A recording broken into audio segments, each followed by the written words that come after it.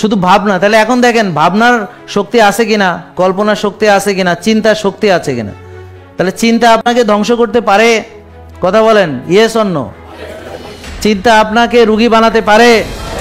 চিন্তা আপনার ডায়াবেটিস বাড়াতে পারে? চিন্তা প্রেশার বাড়াতে পারে? চিন্তা ঘুম নষ্ট করতেও, হজম নষ্ট করতে, চিন্তা আপনার চেহারা নষ্ট করতে পারে। তাহলে চিন্তা আপনাকে কুচকিয়ে দিবে, চিন্তা আপনার এনার্জি নষ্ট করতে পারে, চিন্তার কারণে অ্যালার্জি হইতে পারে। কথা বলে না, পারে? বুঝেন না? এই যে এই অ্যালার্জি যে হয়, লিকি গার্ডস, এটাও চিন্তার ফসল। তাহলে চিন্তা দ্বারা আপনি অনেক কিছু পেতে পারেন। হার্ট অ্যাটাক পেতে পারেন চিন্তা করে।